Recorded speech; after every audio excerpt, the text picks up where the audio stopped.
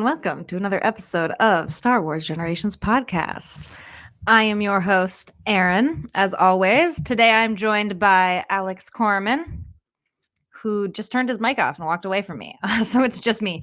Matthew is on the road traveling, wasn't able to make it work with hotel Wi-Fi. The audio wasn't coming out right. So right now, Matthew is in the chat. I don't know if they're going to stay with us or not, but if they do, we'll keep you updated on what they have to say. But today we are talking about The Bad Batch, Season 3, Episode 12, I believe. It's called Juggernaut. Mm-hmm. So, Alex, do you want to give us a rundown? You were gone last week. Give us a little episode summary. Yeah, sorry I was gone last week, y'all, but I am so happy to be back. Whoop, whoop. Episode rundown. So we basically open up with the Shadow Trooper delivering Omega to Tantus. It's a very dark and brooding little moment there. I'm trying to remember if I'm pretty sure that she's brought to what is the other clone's name? Emery, thank you.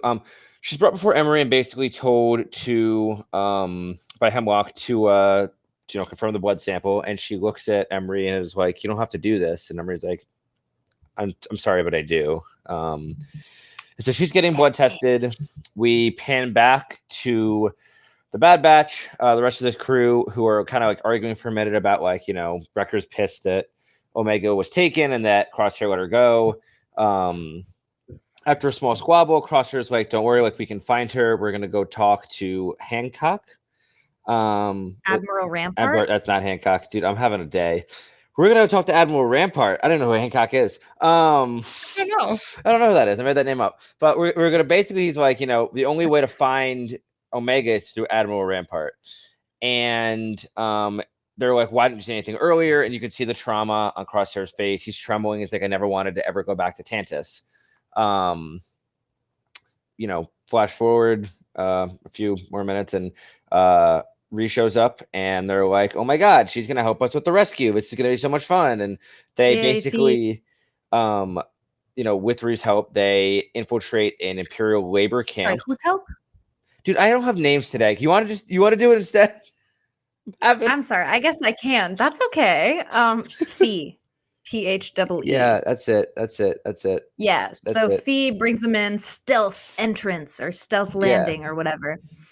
To an Imperial labor camp. To a labor camp, yes, where Rampart is being held. They go, they jack his land crawler thing, turbo tank, actually, I think they called it, which is so funny. Which is basically the exact same thing. This camp is set up exactly how the camp that Jyn Erso was in Rogue One is set up. Same type of turbo tank land crawler, same, prisoners doing work camp stuff. Classic Empire work camp stuff. So they go, they kind of jack Rampart, the Crosshair and Wrecker have this cool little scene. Hunter takes the wheel, and then they stop, they let all the other prisoners off, just to try and distract the Empire. They're like, well, let's do that. And then they need to cross this bridge to get outside of the perimeter of the labor camp. Well, essentially, when they meet with Rampart, on the they shoot all the guards and they say to Rampart, you need to get us, we need to get to Tantus, and he's like, I will get you to Tantus. Just get me off this planet. You have to free me. And so they're like, fine. Now we have to extract this guy. So they basically just bull rush their way through this bridge, and are trying to escape the planet. They're being pursued by troopers. During the engagement, Rampart tries to shoot Crosshair for some ridiculous reason. I don't know what he thought was going to happen there. Crosshair shoots his gun away very accurately, and then stuns him, knocks him to sleep. Good night, Rampart. And the turbo tank they're in gets shot by stormtroopers pursuing them, and they lose control, or Hunter loses control. And so, basically, Fee comes over the top, and they have to start like evacuating the turbo transport before they fall off this cliff they're driving near. And so Hunter and Carter get up there. Wrecker tosses up Rampart, and then like right before the turbo truck flies off the cliff, Wrecker, you come over his fear of heights, basically jumps. In a scene that's very similar looking to when Tech died, which was uncalled for, but jumps onto the transport that he was driving or piloting, and they make their way into the atmosphere. And basically they wake up Rampart and are like, all right, we got you out now. Like, we're going to drop you back in there. Very Rogue One again. We'll put you right back where we found you. Yeah. And if you don't tell us, and he's like, well, it's not that easy to get to Tantus, but I think I know a way around it because no one knows. Apparently, nobody knows the coordinates. It's like that secret. According to Rampart. Yeah. We go back to Tantus one more time. Hemlock goes to check in with Emery on the results. She's like, yeah, Omega has a favorable M count replication. So Omega's like, what does that mean? And Hemlock takes her down to the vault. And basically like brings her into the vault. She sees all the other Force sensitive children, and she's like, who are they? And he's like, they're the other half of the puzzle. And basically explains to her how like, you can't just replicate M count. There's degradation every time. And yeah, like no one has successfully done that. Yeah, you can't just like clone, like basically what they're getting at, you can't just clone Palpatine and get a Palpatine clone with full Force powers. Like you get degradation of those Force powers. But and then we basically the last thing we hear is Hemlock to Omega that this is your new home, and like the doors all close and we kind of start panning out. And you can see Omega's face that like she's like, yeah, okay, this is my new home. Sure, buddy. We only have 4 episodes left. So like, if that. Yeah, so we're getting. I think it's 16. I think it's 4. Right. Yeah, so we're getting to the final. We're getting to the end game here. All the players are getting into place, so makes me nervous. What was your reaction, Aaron? What was your reaction to this episode? It was really good. It was just this problem of like, we start with Tantus and Omega and like her getting there, and it's like dark, broody, scary. And then it's like, we go back to the boys and Fee's around and they're like doing their shenanigans. And then I'm like, yay, like feeling all good at the end of the episode. Like they have Rampart. He has an idea of how to get to Omega. And then it's like, hey, you thought you were happy? Let's be sad again.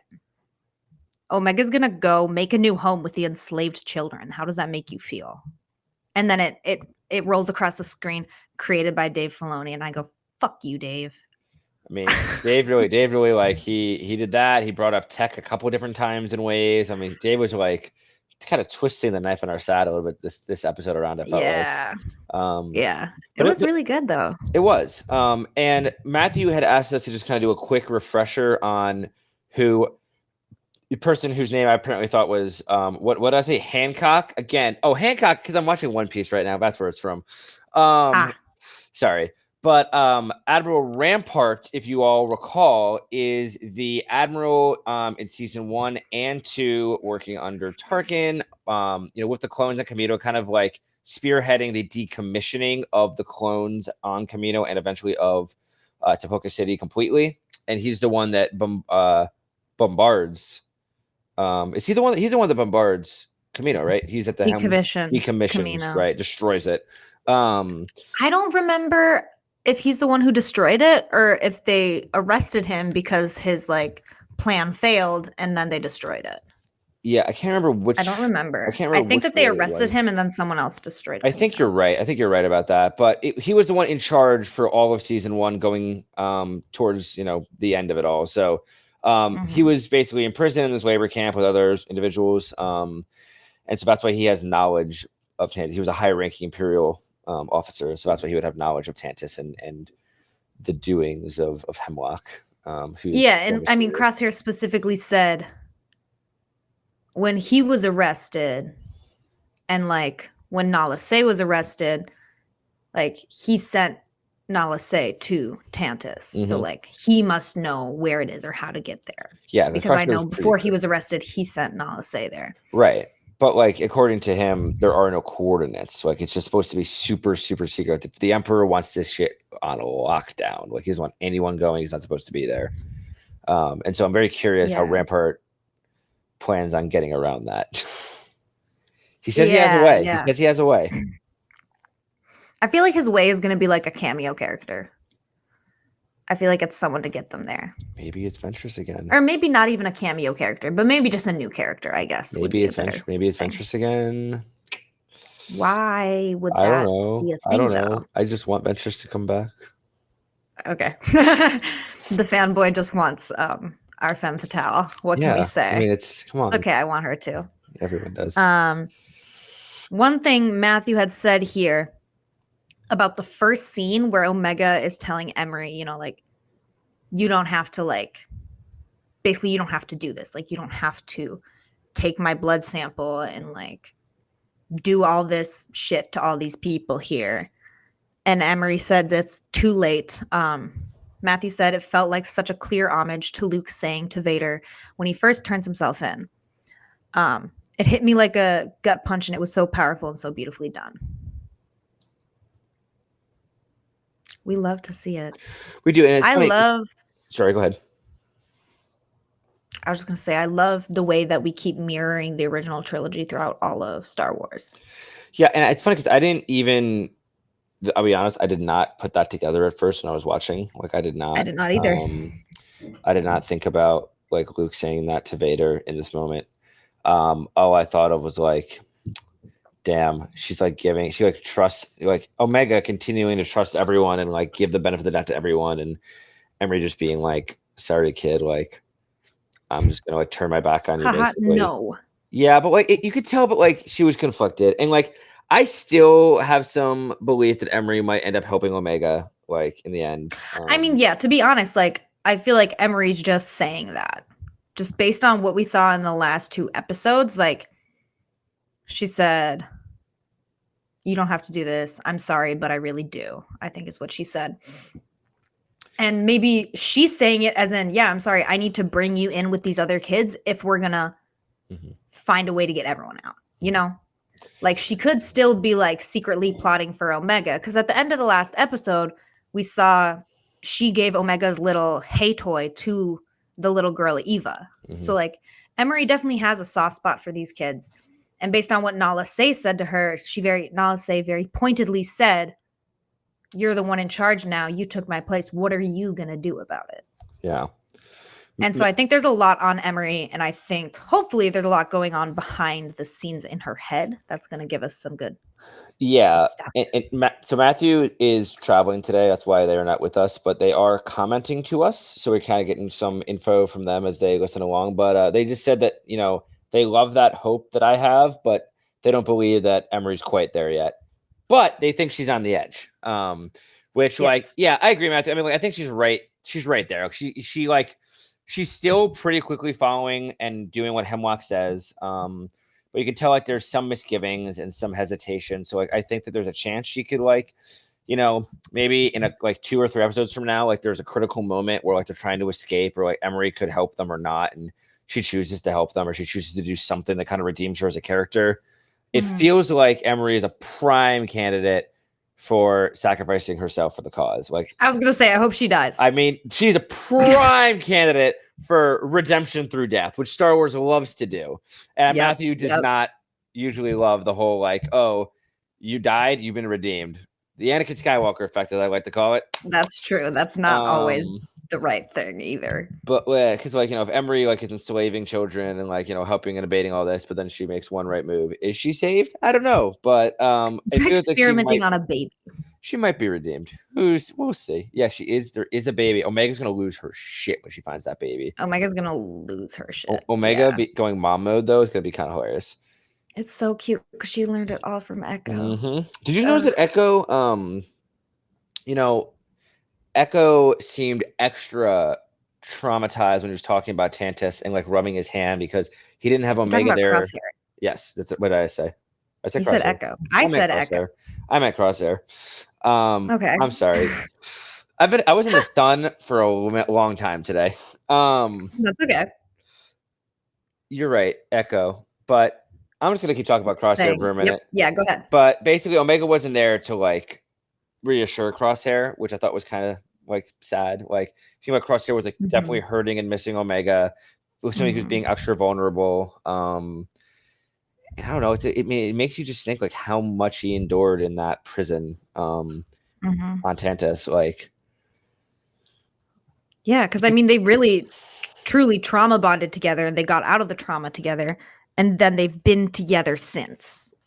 and like he So did. the idea of not, sorry, go ahead. No, you go. The idea of like not only now being separated suddenly when you've grown so accustomed to relying on this person who went through the same thing as you, knowing that they've been put back in that situation. Yeah. Yeah. Crosshair was like low key a mess this episode, but did you also notice? Sorry, you may say what you wanted to say. Oh, I was just gonna say that I just appreciate that Filoni is like kind of focusing throughout the season on the trauma and not just like saying, "Oh, he's escaped, he's good now," because I think a lot of time in Star Wars we see that where like Jin was in a labor camp, and I mean we haven't seen season 2 of Andor. Like Andor was in prison. There's a lot of like has been in prison or gone through trauma and shows no signs of it going on in the Star Wars universe. I mean, even like in the Clone Wars, like Kenobi and Rex literally shock collar labor camp. Yeah. And like Obi-Wan's like, cracking in that labor camp too. And like we just don't see it very often. Yeah, and so like he's really losing it. I appreciate that like Filoni took time to like show the trauma and how it affects Crosshair. And like what he has endured is not just like some simple little thing that can be ignored. Yeah. Yeah. So I don't know. I think that's kind of cool. What were you gonna say? Back to Crosshair. So, did you notice this episode? I feel like he's kind of back on his bullshit a little bit more. Like, Hitting he's a little more on top of things. Yeah, he's hitting his shots. He's hitting shots. That was so funny when they're like, "Oh, the door's magnetically sealed." Like, we know there's a bunch of stormtroopers with those not hostages, with the prisoners. And he goes, "Wrecker, do you remember Plan 55?" And there's like an uncomfortably long pause. Like a long pause. Well, Wrecker's just like, Literally, yeah. he's like, "Oh yeah, 55 for sure. Like, you go ahead first." And I was like, in that moment, if I'm Crosshair, I do not believe that Wrecker knows what's going on. Nope. I mean, but he trusted him anyway. It shows how deep that trust goes. And he hit it. I mean, Crosshair hit every shot, including the quick shoot the gun out of Rampart's hands on a dime. Yep. Like, I don't know. Well, here's the thing. Yeah. I don't think he did hit every shot, because I think the old Crosshair would have taken out every single one of those stormtroopers first try. This Crosshair hit 3 of the 5. Wrecker took out the 4th, and then Crosshair took out the 5th. I thought Wrecker took out 4 and 5. Oh, maybe he did. That could be true also. But I mean, I don't know if that is just Plan 55. He's getting better, but yeah, true. We don't know what Plan 55 is. So either Crosshair is getting better, but Wrecker's still picking up the slack, or it went exactly like planned. I'm still waiting for one of them to say like, their kill count, like from season 1, where they're like, I got Crosshair got 3, I got 2, but I broke down the door, so that has to count for an extra one or something. Like, the argument between the two of them. The classic like Lord of the Rings body count. Yep. Between Legolas and Gimli. Yep. Love it. But yeah, I mean, I think he's definitely like back on point. And I think it's because he has a very clear mission in mind. Like, I need to save Omega. Like, it's that important that like I can like center myself enough to like get this mission done for her sake. Yeah. And like I think it was a cool adventure. And like, it was a slight deviation from the main storyline, because it was like an episode to get us to like the end game kind of sort of deal, because you had to find a way for them to get to Tantus. You had to get Omega back to Tantus. Like, it's just it's felt like the episode to push kind of the pieces into place. And it was subtle. Which I feel like, sorry, go ahead. No, I'm sorry. I was just saying it was subtle, but I think it was effective in how they were doing that. Which I feel like has been this entire season.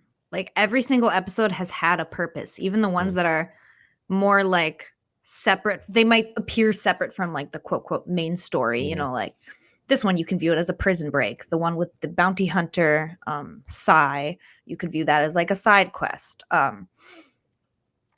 But they are all very specific goals to basically get Omega back.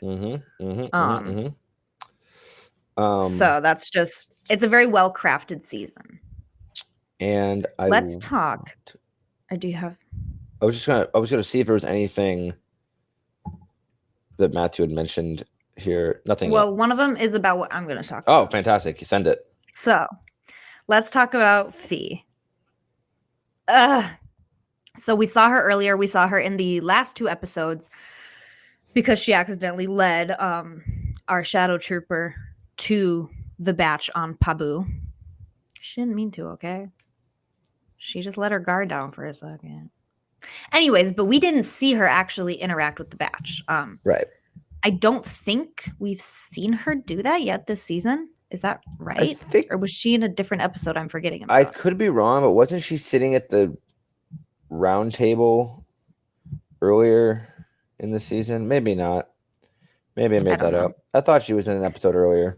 Well, no, she could have been in an episode earlier before Omega and Crosshair got out, but it was her first time meeting Crosshair because she like comes up and they're like, "Oh, Fee, like good to see you." She's like, "Yeah, I ran into like the doctor, like AZ, the Medroid on the way in. He kind of briefed me on the situation, like." And Crosshair just goes, or Hunter goes, "How did you like sneak in?" Fee's like, "Oh, I just used like the Secret Service hangar, like in the back." And Crosshair goes, "We'll need your ship." And Fee's like, "Oh, you must be Crosshair. Tech told me about your sparkling personality." Yeah. And then Crosshair's like, "So is that a no?" He's like, "But what about the ship?" Yeah, but he's like, "All right, let's get back to the point here." Like, And that's when Fee said, "Any friend of Brown Eyes is a friend of mine." Yeah, that was uncalled for. Yeah, which is the moment that Matthew commented on. Yeah, made them sob. Just saying kind of, like, I'm crying. Like, seeing Fee come back and, like, be part of things. Seeing her as the pilot was really special for me, too. Now, moving away from Matthew. But for me, it was really special to see her as the pilot because Tech was the pilot. Mm-hmm. You know? Mm-hmm. Like, Tech was their pilot and Omega was his little, like, trainee. And now they're both gone. Because we've seen Omega fly earlier this season also, like, at least we've seen her do it when it just was her and Crosshair. I don't know if Hunter and Wrecker would want her flying, to be honest. No. But definitely not Hunter. Hunter does not want that. But it was, yeah, so that was good to see. Yeah, and Matthew just commented that the show hits hard, and it does. And I think that like they've really done a great job. You know, I think that one of the, traits, some people like it, some people don't, of the show in the past has been there have been like a lot of just kind of side quest fillery episodes. And this season, like Erin said, hasn't had those. It's been very like anything that even feels a little bit like a side quest still has a purpose and a reason to be there. And I think that like this has been the Bad Batch at its best. And like I've seen a lot of really positive like comments on this on social media. A lot of people are really excited about it. Matthew did comment that they think that Omega will be leading a prison break of Force sensitive children. That it won't go exactly like Andor, but reminded them of like the whole, the Andor prison break scene. Out. Yeah, one way out. One way out. Except hopefully Omega can swim. Sorry, too soon. Jesus. Yeah, I still mourn Kino. That was a hard loss. Alex just got muted by Matthew for saying out of pocket stuff.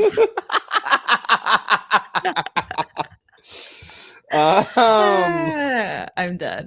Yeah, but in all seriousness, I do think that Omega is going to lead some form of a prison break. Well, she'll get up to something. Muhaha. I mean, I think that like I don't know. I mean, I don't think that she's capable of like using the Force at any level right now. I mean, have we seen other Force users suddenly have a breakthrough and just go, Force push of the door or something? Sure, but like I don't know. I think that like she will lead something from the inside. The Bad Batch will lead something from the outside, and they'll converge in the middle in the chaos. And Hemlock's just like, what the fuck is going on? I feel like that's what's going to end up happening here.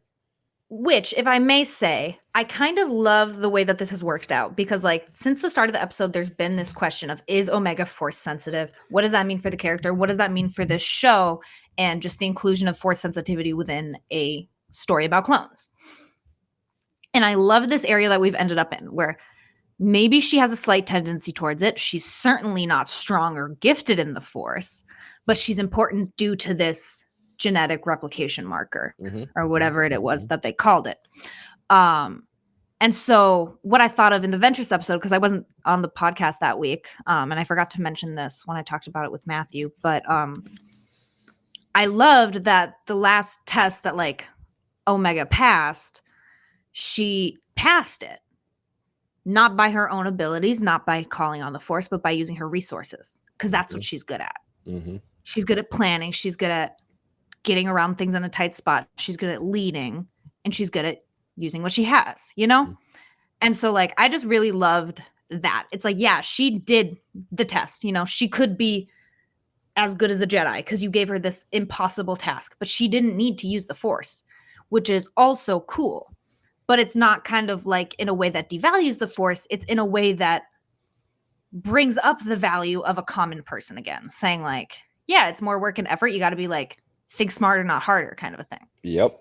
Totally so I really liked that little aspect. And just thinking about that in general, I think it'll apply to what we see in the vault, where like these kids, even though they're probably not very strong with the force either, maybe they are, but probably not too much.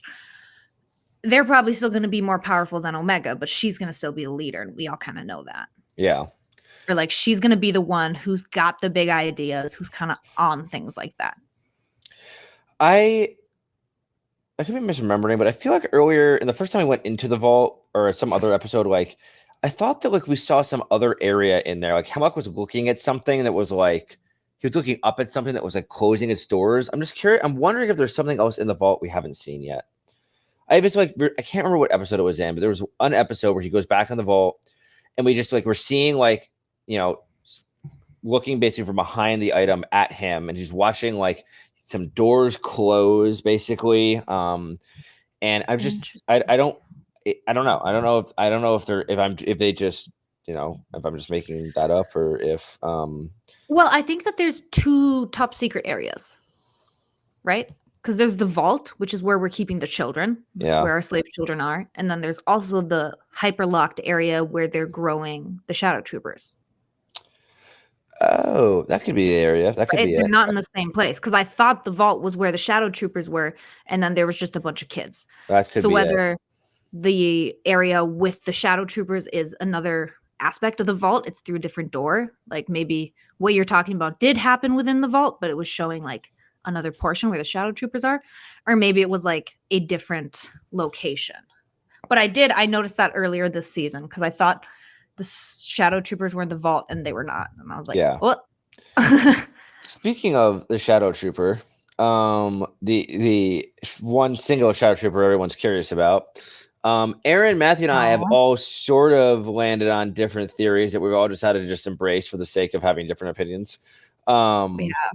So I am team believing the shadow trooper is Cody.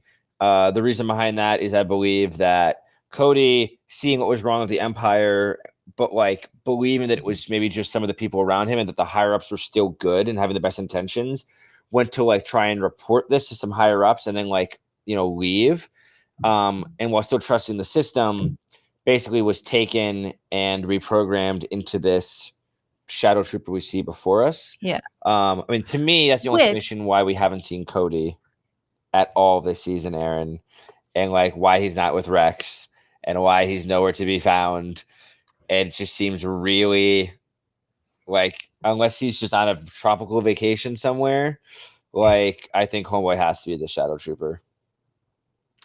Yeah, which like as much as I don't want that to be it, that is like my second most theory. I'm being delusional with my first most theory, but and I have the same thinking as you. We were talking in the group chat about this. Is like I think it's very plausible that that's something Cody would do because that's what Rex did at the end of the Clone Wars. He couldn't do anything about Fives' death. He couldn't say anything about the conspiracy, but he made a report. And it was something there that Ahsoka could go look at and find out about the chip. And that report ended up saving such a domino effect from that one single report. So I'm sure Cody did the same thing. So it's like before Erin gives her thought, I'm just going to give Matthew's opinion in that quote. I'm sorry, Erin. Erin hates this one, but quote, winter soldiered Tech, aka Tech body was recovered, maybe not fully dead, just injured, and they rebuilt him, reformed him, and maybe even wiped his mind, or maybe he has amnesia. I don't know, but was recreated into this shadow trooper. So that's kind of Matthew's theory that they're gonna roll with. And then Erin, I found a new theory recently. So I in my heart of hearts believe it's probably the Cody theory. I'm honestly going to be pretty upset if it's Tech. And not just for the emotional damage, but just for the concept of it. I want people to die when they die. Even when I don't want them to be dead. Once this happened, I think it's kind of nice to leave it alone. Because especially in a lot of fantasy or modern day media, that's not the case. And it just cheapens death. We've talked about this before. Matthew's agreeing with me in the chat right now. I don't really want it to be Tech just for the just for that aspect of it, so that the emotional damage we all went through last year was worth something. Matthew wants to clarify that they do not want it to be Tech. They want Tech to stay dead as well. They are fully agreeing with Erin, but they just believe it will be Tech. And I agree with both of you as well, but unfortunately we are working in a franchise that has Force Ghosts and brought Harrison Ford back in some weird memory form, Han Solo in episode 9. Characters that die in the show, they die for sure, but they bring them back in weird ways. Even Kanan came back in the form of a loath wolf. I would not surprise me if this was Tech. I mean, hell, Echo was dead and gone for how many seasons before? Literally season 3 to 6. Right? Before suddenly in the season 7, he's been alive the whole time, feeding the separatist information, because through his body. It wouldn't be the first time they've winter soldiered somebody is the thing. So, but what is your theory, Erin? What is your third theory? Yeah, the theory I found yesterday on Pinterest, because I'm a Pinterest girly. I don't know why. I just love the things I find on Pinterest. It's very consistent with your personality. I know. Somebody named Lily had commented on this piece of artwork that's it's this really cool thing of the Shadow Trooper with their helmet off, and it's Tech. And he's got this scar over the eye where we saw the goggles was broken. Very cool piece of art there. His hair is so fluffy and beautiful. Anyways, but a comment on that said, then there's me thinking this guy is a clone of Crosshair, which would explain how impressive his aim is and how desperate Crosshair is to kill him, as well as how similar their voices are, at least to me. And I don't know, I feel like the Empire could have used all those samples to make more clones of unique clones, such as Omega and Crosshair, which is why they're after Omega and why their assassin could be a clone of Crosshair.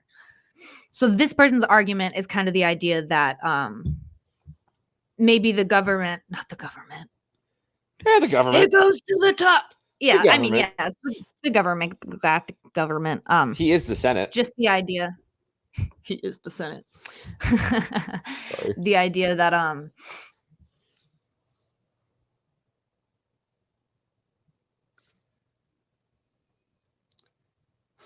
yes, the Empire looked back on the Bad Batch's kind of history of missions and realized these are some vitally important clones. For Omega, there's the fact of, the gene replication, which we've talked about already on this episode. And for Crosshair, there's just the marksmanship of it all. But as much as I like that idea, there is then to be argued, well, if the Empire cared that much about it, then they'd want to hunt down the whole Bad Batch, not just Omega. But then it's well, yeah, maybe they don't actually care about the Bad Batch, but they had Crosshair, so might as well clone him because he kind of was sick. He's just being unruly now, and they can't reprogram him. Yeah. Basically. So he did also sound identical to Crosshair to me in not They this sound very similar. like 2 episodes, like last week's episode. I wasn't on the air for that one, but yes, I agree. Like sounded so similar to Crosshair, same voice inflection, everything, and deadly accurate from range. Like really has the same sniper abilities. Very, yeah. So unsure if that's just like the voice modulator and the training. Like it's possible that we're meant to just kind of meant to throw a wrench in our thinking. Yeah. I mean, one of you correct me on this. Tech's goggles were on his head when he fell, correct? To his death? I think so. So that means the Bad Batch, if they have the goggles, had to have somehow retrieved Tech's body, which in my mind takes him out of the running. Because see, that's the argument, but then there's also the argument people will make of, well, maybe they found the goggles, not the body. He fell from a far place. They could have fallen off his head. Animals could have taken the body. That's fair. Animals have taken the body. I mean, the government, the government. Now you got me saying the government. The Empire could have dug him up. I don't know. It's to me like it feels like, and like they purposely didn't give us a funeral or like any sort of memorial service. So like it is possible, very possible. But in my brain, if they have his goggles, like it would make sense that they would have taken it off his body, but I don't know. No, I agree. That was always my initial thought also when people were like, it's Tech. I'm like, no, they have the goggles. Like because when I first saw the goggles, before we even saw these shadow troopers, I was like, the goggles means they recovered his body. Like that means they went and they found him and they had to deal with that, which is so horrible, but also makes me feel like good inside because like that's what he deserves. Yeah, it would break my heart to see him as this. I mean, it break my heart for Cody too, but I really do think it's Cody still. Yeah. I just like if it's Cody, then I'm gonna tell myself they can change him, they can turn him back. Oh my god! Or Tech sacrifices himself. I don't want Tech. I need Tech to die twice. Florida can't do that to us. Double okay. homicide. One more thing to touch on for me, and then I'll ask you if you have anything else to touch on. How do you think we're going to end this series? Final 4 episodes. Now that you've seen everything you've seen, are you still don't believe they're going to Rogue One the batch? Do you think that they're going to get the kids out and Omega out? Do you think Hemlock survives this? Like, is Thrawn going to somehow show up in all of this? That wouldn't make sense in the timeline I think we talked about earlier, but like, yeah, there's I just don't know, like, do you bomb Tantive? I mean, we've seen the cloning technology continue. We saw it, in The Mandalorian having existed in other parts of the galaxy and other bases. And we obviously know that in episode 9, it eventually succeeded on Exegol. So it's a matter of like, just had to get destroyed. Who survives? Who doesn't? Do you have any thoughts on how this is going to all end here? It's like yes and no. So this is something I do. I think I do it intentionally, but I think also like I just love to be surprised. Like I always try not to theorize too hard. Yeah. Just because I don't want to be disappointed or overly shocked by whatever happens. So I feel like if I think of something in my head, if they're Rogue One, even though people keep saying it to me, I will still be gobsmacked. I will be on the floor, inconsolable. Don't get me wrong. I honestly, no, I don't think that's going to happen because with where we're at right now in the season, I don't see that as the next step personally. Let me live in my world. But yeah, it's like, I don't know where this is going to end. And it's kind of where I wonder, well, not I wonder, I'm also just crossing my fingers and hoping that Matthew's theory of like a show about the clone bros, Rex and Echo and whatnot, doing stuff. Well, there's space for part of the batch to be there. So, maybe we lose a member or two, which would destroy me. But if we're not, if we don't fully Rogue One, I will count it a win. Rehab. I'll say that. Maybe part of the new show will be rehabbing Cody, who was a shadow trooper this whole time. Cody, my son. But yeah, I mean, I can see that, and like Elizabeth always gets mad at me because I love to just. I'm like watching a movie and I'm like, what do you think's gonna happen? I think this is gonna happen. I just make predictions and guesses constantly because I like to I like to make guesses. If I'm right, that feels good. If I'm wrong, I'm like, oh my god, that's even crazier than I could have ever imagined. But I'm a big prediction maker. When episode 7 came out, I made a 3-paragraph Word document on everything I thought, or sorry, 3-page Word document, and everything I thought was going to happen in the rest of the new trilogy. None of it happened. Absolutely nothing. None of it happened. Yeah, Matthew hopped in just to clarify their theory about the, like, hopefully a show about the Clone Bros was before they announced Tales of the Empire, which is coming out on May 4th. Because we were kind of hoping and predicting that they would announce it on May 4th, but now they're releasing that new show. They still could. I mean, like, definitely Tales of the Empire is a limited 6-episode series, and The Acolyte is also right now just a 1 season release. I don't know. I think we could still get that. I can't. I can't see a world, Erin, where Star Wars does not have some show being made in this animation style. It's almost become synonymous with Star Wars in a way. Like, this animation style has been such an integral part of it, and like has such a huge fan following and like beloved fan base behind it. Whether it's a Clone Bro show or something else, I think that like we'll get this back in some way.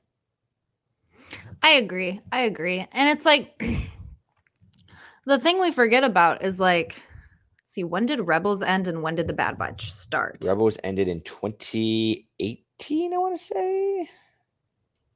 Could be wrong. Okay. I think it's right. 2018, 2019. Bad Batch started in 2021. When did Rebels show? You look that up. But basically, here's my theory / hope. We've seen, between Clone Wars and Rebels, and then between Rebels and Bad Batch, we had like a couple years of breathing room. 2018. 2018, yeah. So I kind of see it as, even if they're not like, here, Bad Batch has ended, we're going to announce our next project, it definitely still could be in the works, because unless things happen incredibly fast in the next 4 episodes, it would be kind of silly goofy to set up all this stuff with Rex and Echo and the Clone Bros just to kind of just to like tie it off at the end of the show. We got to set them all up to be hunting Jupers out in the Outer Rim. Okay, well, do you have any other thoughts on this episode? Yeah, no. So this episode was like just fun flashbacks to other parts of Star Wars, because like we talked about Jyn, labor camp, Rogue One kind of vibes. And then when they're on the top of the turbo tank and like trying to jump onto the ship, that reminded me a lot of the scene in Solo, A Star Wars Story, where they're like robbing that high-speed train. Mm-hmm. So I was just like, flashbacks everywhere. Well, I mean, like the prison, like the vibe, I got Andor vibes, I got Solo vibes, I got Rogue One vibes, always get Clone Wars vibes, but like it was very like nostalgic, subtly nostalgic in a lot of ways. And in fact, they put it out, even a reference potentially to Return of the Jedi, which was super cool. Yeah, that is fun. Anything you wanted to say about last week's episodes? I mean, you talked a little bit about your thoughts. If you don't have anything quick to say, then we'll just do bonus content another time. I will say that I had so many thoughts last week, but I just was unable to make it. But I mean, last week was crazy. It was so funny. Here, to surmise it, we'll read the text that Alex sent to Matthew and I. Here. Oh, God. Let's see. I was just shook, y'all. That was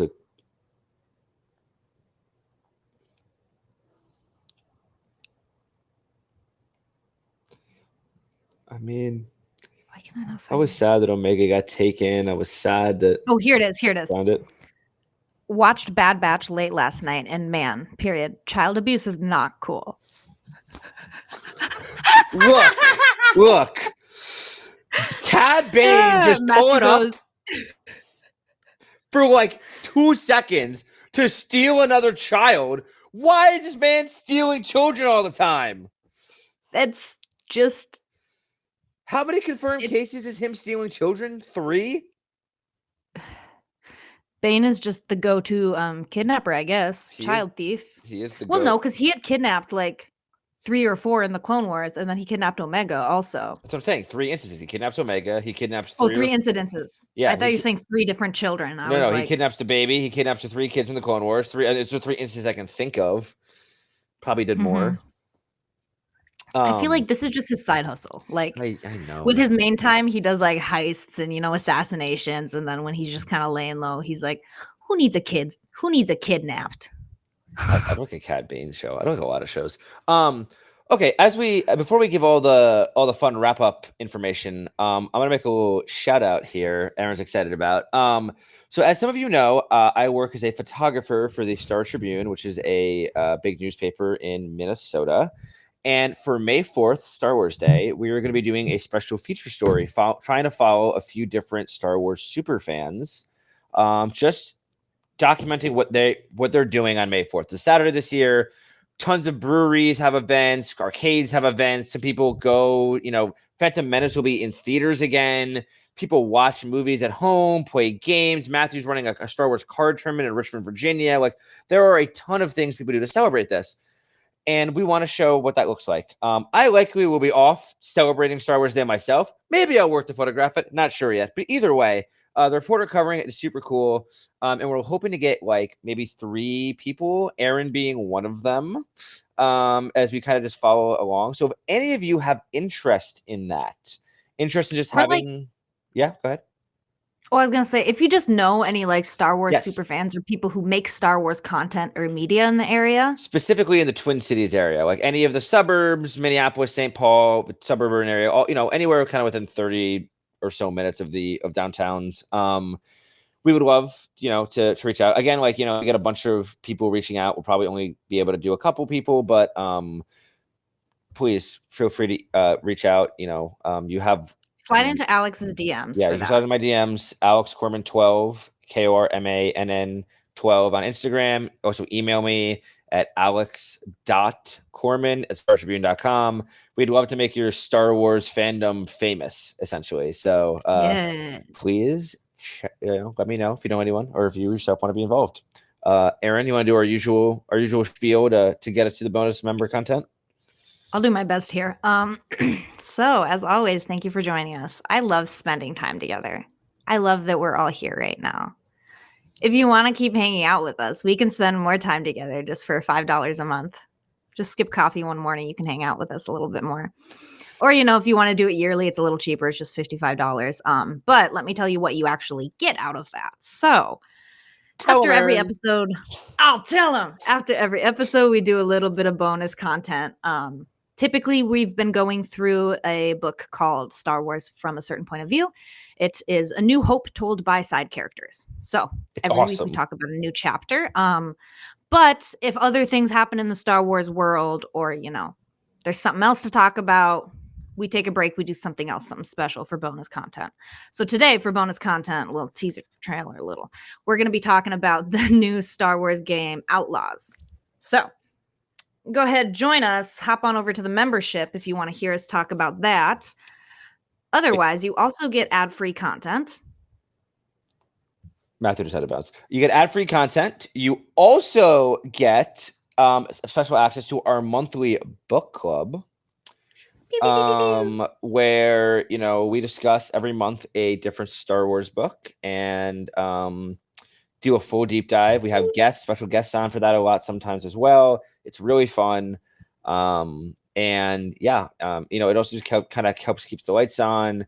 Member dues help Matthew get a new computer when theirs died. They help buy the mic Erin's using.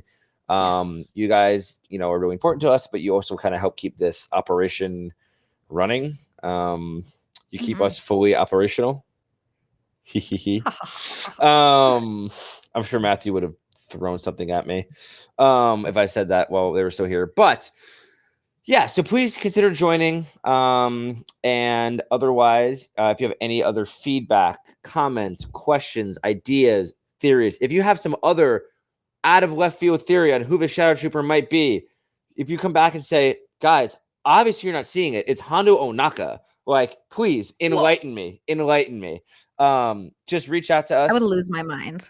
All of our contact info is in the show notes. Erin is a super cool cosplayer. She has a new cosplay she just did of Mystique and Poison Ivy. I'm constantly making photo work, both at the paper and personally. Check out my Instagram. Check out Erin's Instagram. Again, all the info is in the show notes. Matthew has a slew of other amazing podcasts, Superhero Ethics being a favorite of mine. So check all of his stuff out, y'all. We're always making stuff, bunch of creatives, just hanging out, having fun. All that being said, members hang out for bonus content, and in honor of Matthew, we have spoken. In honor of Alex, stay classy, Pabu, and in honor of Erin.